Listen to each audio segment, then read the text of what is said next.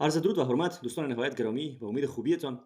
بریم با هم یک روایت بسیار مفید و مهم که در صحیح بخاری آمده بخوانیم و لذت ببریم. روایت شماره 244 کتاب صحیح بخاری.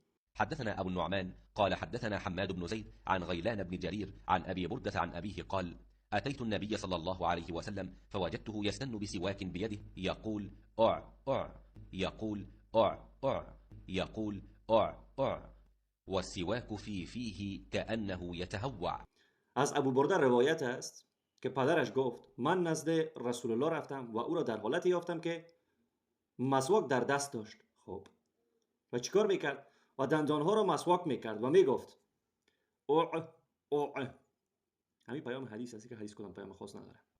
حدثنا أبو النعمان حدثنا حماد حدثنا مش عارف عن أبي بردة عن أبي قال أتيت النبي صلى الله عليه وسلم فوجدته يستن بسواك بيده يقول أع أع. ده الحديث.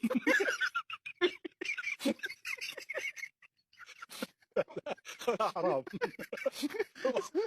وتعبين ابو حماد ابو برده عن غيلان وعمالين يعملوا سند وكاتبوا بخاري ويعني في حبر وفي ورق و مسواک در دهان وی بود گویی که قی میکند، یعنی دلبت میشه. حالت تهوع داشته پیامبر اسلام. و پیام یه حدیث چی است؟ اوع اوع. ده الحديث. خب حالا فرض کنین عزیزان، بعد این کتاب شده صحیح ترین کتاب اهل سنت و آمده پیام‌هایی را بیاره، قرار است ما را و مسلمانان اهل سنت را هدایت کنه. اوع اوع.